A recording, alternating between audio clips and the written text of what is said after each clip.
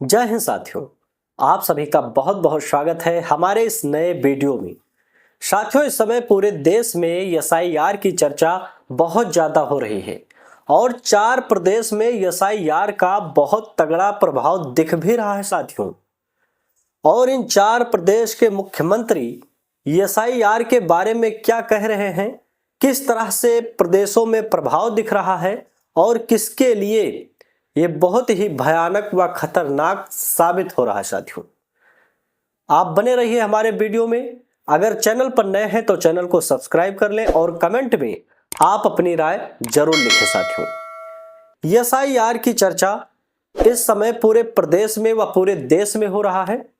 कई प्रदेश में एसआईआर का विरोध भी किया जा रहा है और कई प्रदेशों में एसआईआर का समर्थन भी किया जा रहा है और प्रदेश में तेजी से व सख्ती के साथ लागू किया जा रहा है साथियों।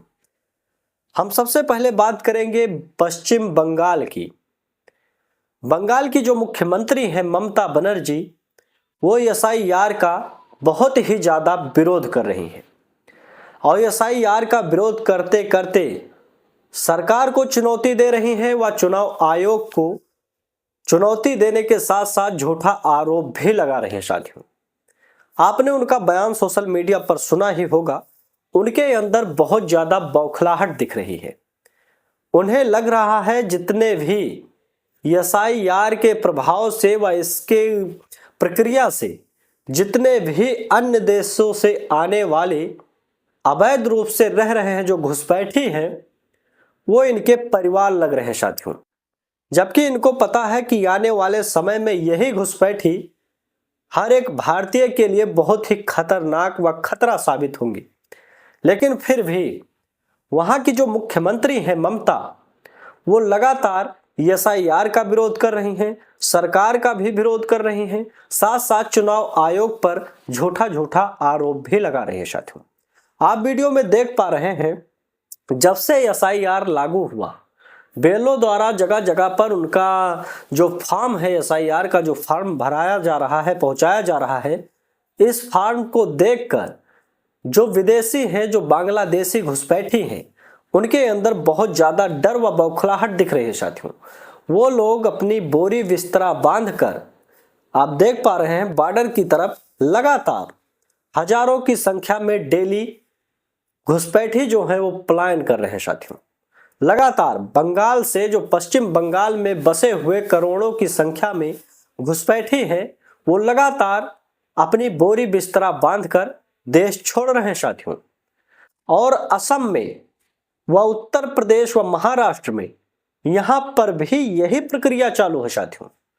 लेकिन बंगाल की जो मुख्यमंत्री हैं ममता जी, ये क्या कुछ कह रही हैं, अभी हम आपको सुनाएंगे।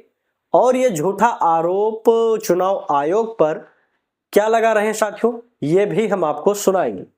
और आप कमेंट में जरूर बताइए, जो पश्चिम बंगाल में या बंगाल में जो लाखों की संख्या व करोड़ों की संख्या में घुसपैठी बैठे हुए हैं, इन्हें पूरी सख्ती के साथ देश से बाहर निकाल देना चाहिए, या इन्हें जिस तरह से पालन पोषण किया जा रहा है, इनका जिस तरह से इन्हें संरक्षण दिया जा रहा है सरकार द्वारा, ठीक उसी प्रकार से इनका सहयोग करना चाहिए साथियों। आप कमेंट में बांग्लादेशी घुसपैठियों के लिए जरूर लिखना। और जो ममता है, वहां की जो मुख्यमंत्री हैं, ये किस तरह से काम कर रही हैं, किस धर्म का व किस पार्टी का लगातार अपमान व विरोध कर रही हैं, आप कमेंट में जरूर बताइएगा। इनके बातों से या इनके बयान व भाषणों से लग रहा है, जो वहां की मुख्यमंत्री हैं ममता जी, इनके बातों से लग रहा है कि पूरी तरह से ये घुसपैठियों को संरक्षण दे रखी हैं। इनके द्वारा ही वहां से बुलाकर वहां का पालन पोषण इनका हो रहा है, पूरा संरक्षण दिया जा रहा है। तभी तो इन्हें एसआईआर से व घुसपैठियों को निकालने से बहुत ज्यादा दिक्कत हो रही है साथियों। आपने सोशल मीडिया पर हजारों वीडियो देखा होगा, ये लगातार एसआईआर का व चुनाव आयोग का व भारतीय जनता पार्टी का विरोध कर रही हैं, ताकि यहां से जितने भी घुसपैठी हैं कहीं ना जाएं और संख्या में बढ़ते जाएं। और अगर उत्तर प्रदेश की बात की जाए साथियों, तो उत्तर प्रदेश के मुख्यमंत्री योगी आदित्यनाथ जी हैं, आप सभी लोग जानते हैं।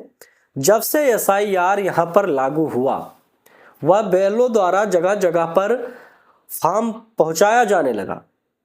उसी समय योगी आदित्यनाथ जी ने भाषण में उन्होंने सख्त आदेश दिया, हर एक जिले के जो भी डीएम हैं वो पूरी सख्ती के साथ जांच पड़ताल करके वह फॉर्म की जो प्रक्रिया है उसे पूरी कराकर, अगर किसी को लग रहा है कि ये विदेशी है या बांग्लादेशी या पाकिस्तानी है और यहाँ देश में गलत तरीके से रह रहे हैं, अवैध रूप से रह रहे हैं, तो उनके ऊपर सख्त कार्यवाही हो और उन्हें शीघ्र ही देश से निकाला जाए।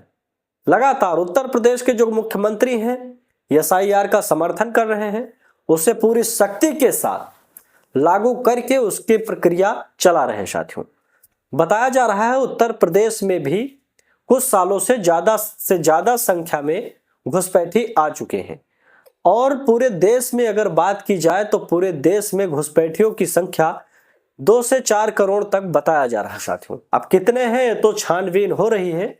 इसी प्रक्रिया द्वारा इन लोग निकलेंगे और फिर पता चलेगा कि कितने घुसपैठी देश में गलत तरीके से रह रहे थे। साथियों, असम की बात की जाए तो असम में लगातार घुसपैठियों को बहुत ही सख्ती के साथ व पूरे व्यवस्था के साथ उन्हें देश से बाहर निकाला जा रहा है। साथियों, वहां के जो मुख्यमंत्री हैं हेमंत बिस्वा शर्मा जी, वो भी एसआईआर का फुल सपोर्ट करते हैं, समर्थन करते हैं, सम्मान करते हैं और उसके तहत जो भी प्रक्रिया है उस प्रक्रिया को मानते हुए व करते हुए देश में बैठे हुए घुसपैठियों को पूरी सख्ती के साथ बाहर निकालने की चर्चा हो रही है। वह काम भी शुरू हो चुका है। साथियों, लगातार घुसपैठी बाहर निकाले जा रहे हैं और आप लोगों ने देखा होगा कुछ समय पहले अमित शाह जी ने, जो गृह मंत्री हैं अपने, उन्होंने अपने बयान व भाषण में बताया था कि देश में